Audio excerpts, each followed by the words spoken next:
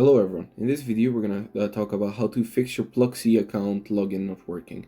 Anyways, first of all we're just gonna go into the app, and basically it does let me log in, but this is a demonstration for those who have problems.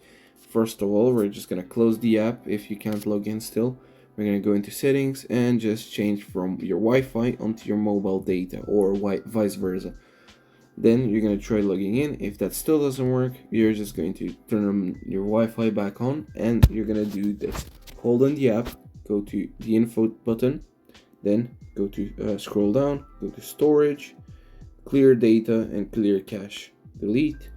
Then once we've done that, we're just going to go into permissions, give it all of the necessary permissions, so location notifications and phone, and then you're just going to press force stop as the last measure.